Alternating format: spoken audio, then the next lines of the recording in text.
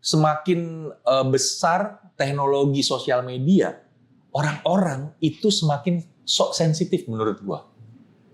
Jadi akhirnya sekarang ada istilah baru lagi selain mulutmu harimau, jarimu harimaumu. Nah, lu itu salah. cocok banget tuh.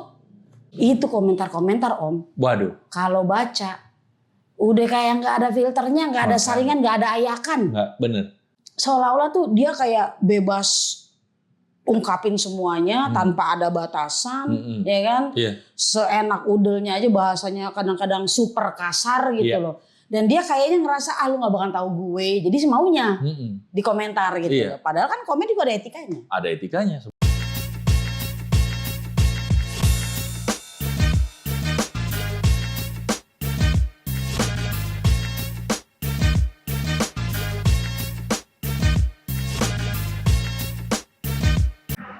Weh Kak, lu udah baca-baca berita yang sekarang di sosmed banyak kan?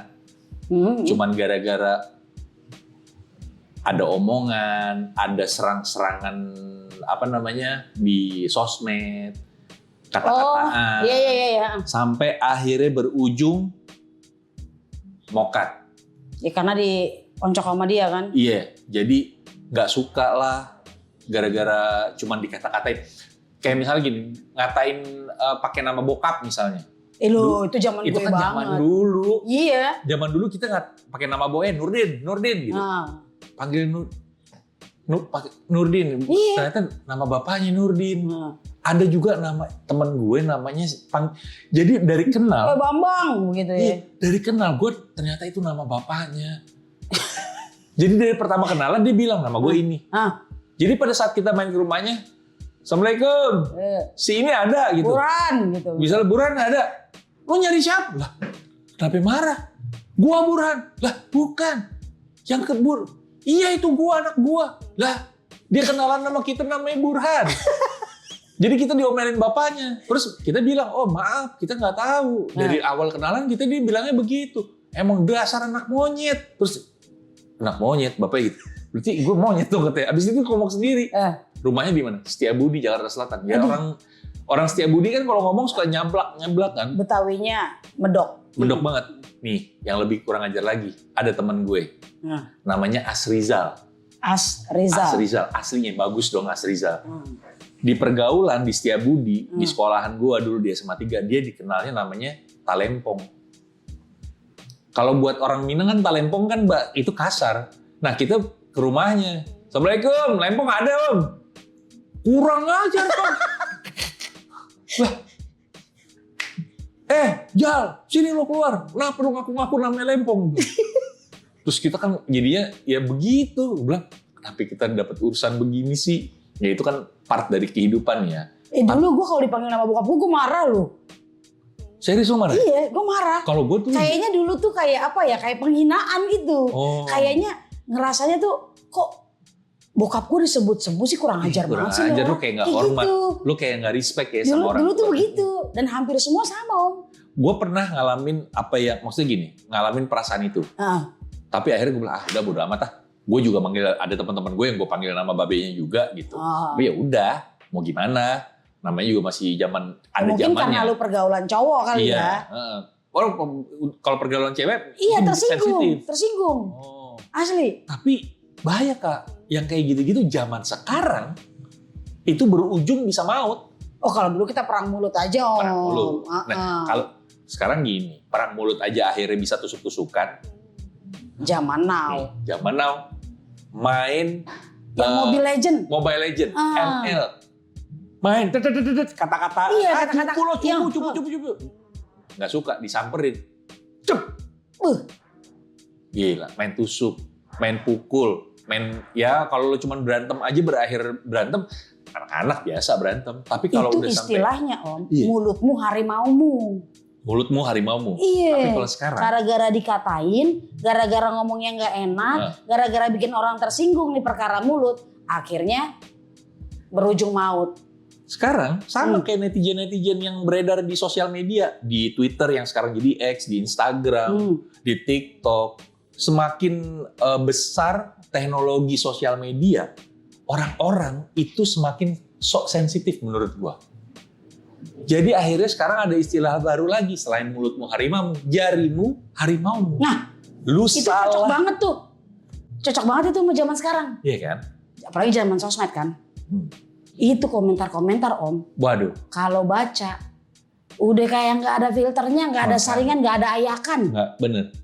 Kalau kayak gini. Seolah-olah gini.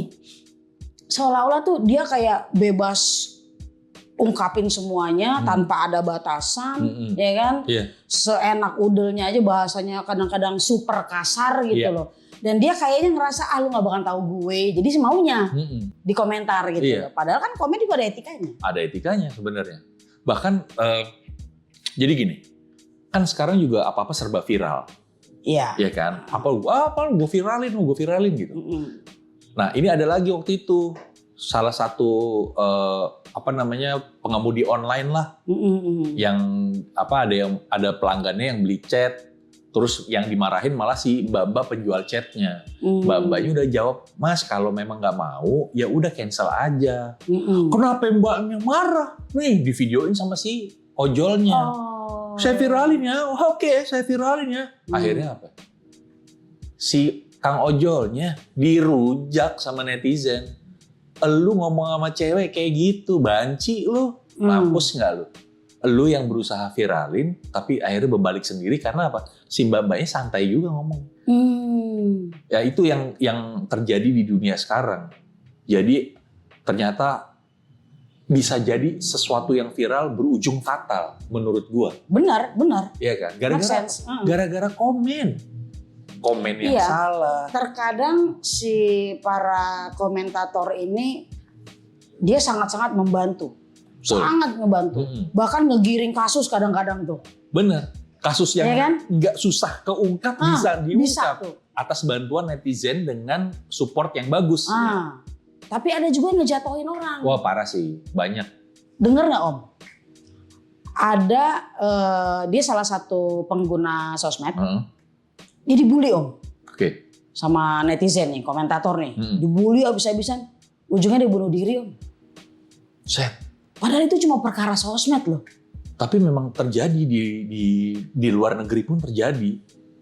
Segitu tekanannya ya, padahal sosmed kita nggak kenal gitu. Ya ada sih yang kenal, tapi nggak semuanya kenal gitu kan. Bahkan banyak beberapa kasus yang kesini-sini. Kasus yang ini deh.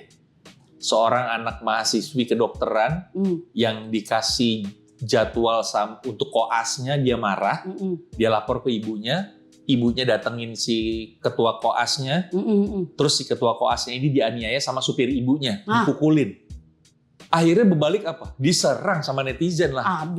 Habis lah. Iya kan? Itu juga gara-gara apa? Jarimu, harimaumu. Lo jangan komplain terus posting. Jangan apa-apa posting. Apa-apa dapat masalah, lo sambil nangis-nangis. Jadi hari ini gue tuh ngerasa dizalimin. Bijaklah bersosmed. Iya. Apalagi pada saat lo nggak tahu kasus sebenarnya dari awal sampai depan, terus lo komen. Asal jeplak lo. Lu aja nyet yang salah. Lu aja yang nggak bisa begini-begini. Makanya apa-apa dilihat dari awal. Mungkin kalau untuk yang menjerumuskan ya, komentar-komentar menjerumuskan, mungkin apakah dia nggak tahu gitu ya bahwa ini ada undang-undangnya gitu loh. ITE itu ada undang-undangnya, iya. Itu bisa dilacak loh akun siapa. Oh bisa gitu. sekarang. Bahkan sampai mau nuntut bagaimana bisa gitu. Kita saat misalnya gini, kita 2 hari yang lalu nge-tweet ngejelekin seseorang. Iya. Orang ini nggak suka dilaporin. 2 hari kemudian kita lagi nongkrong dimanapun, ketangkep kita. Bisa. Karena memang ada orang-orang penyebutan nama misalnya. Misalnya dia udah tahu lokasinya, dia tinggal searching si polisi-polisi ini, apa si cyber security, apalah segala macam. Oke orangnya udah di sini-sini. Sekarang dia ada di sini, yuk samperin. Digulung kita bisa. Habis udah. Makanya kita teknologi udah semakin canggih, sosial media juga udah semakin berkembang. Banyak aplikasi yang menawarkan berbagai macam kenikmatan kita bermain sosial media. Bijaklah kita pelajari. Bijaklah menggunakan jarimu. Kita belajar dulu gimana caranya berkomen. Gini deh Kak, kita sama-sama udah ada di salah satu konten horor. Apa kita nggak sering dikomenin orang? Sering. Yang baik, komen yang Apapun kritik, komen sama masuk. komen yang emang lu memang cari masalah lu riding the wave aja nih. Iya. Akhirnya gua waktu itu sempat ngingetin kan, udah komen yang baik kita jawab baik, yang tidak baik diemin aja. Karena itu dari 10 pasti yang komen jelek itu cuma 1. Berarti ada 9 yang lebih baik dan itu yang kita tanggepin. Iya. Ya kan, sebenarnya kan sesimpel itu. Tapi terkadang gini deh, yang paling simpel, David Beckham pernah cerita bahwa dia pada saat gagal membuat gol di pertandingan Inggris melawan, gue lupa Italia atau mana, dia itu dihujat sama seluruh Inggris, bahkan mungkin seluruh dunia menghujat dia, sampai dia dapat ancaman mau dibunuh. Wih. Coba baik. Tapi melalui sosmed. Enggak, dulu belum sosmed, belum terlalu banyak, belum. Terus ancamannya melalui apa? Ancamannya ada yang surat, ada yang lewat koran. Dulu kan koran itu matters banget buat di negara Eropa besar ya, negara-negara semua lah seluruh dunia. Dulu kita juga masih baca koran kan, masih ada Kompas, ada Sinar Harapan atau Suara Pembaruan, Tempo lah apa segala macam, Jakarta Post masih banyak gitu. Nah, David Beckham diancam. Ada yang ngirimin surat langsung ancamannya, terus ngancem ke keluarganya. Itu bikin si David Beckham depresi, dia bilang. Wow. Sempet stres gua karena apa? Gila gua diancam. Mau keluarga pada saat kalau cuma jelek-jelekin gua nggak apa-apa. Sampai bapaknya David Beckham bilang, udah nggak usah baca koran tiap hari, nggak usah. Buat apa? Kamu stres sendiri. Disekat pada akhirnya. Akhirnya dia, oh iya, udah deh, stop deh.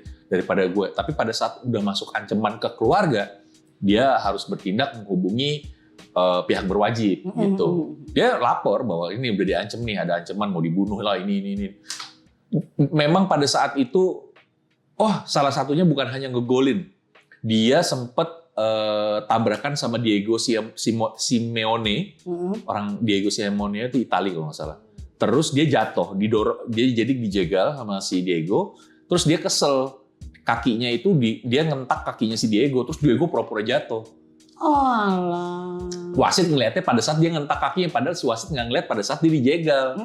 Nah itu dia dikeluarin kartu merah. Wah itu juga diancem sama Inggris.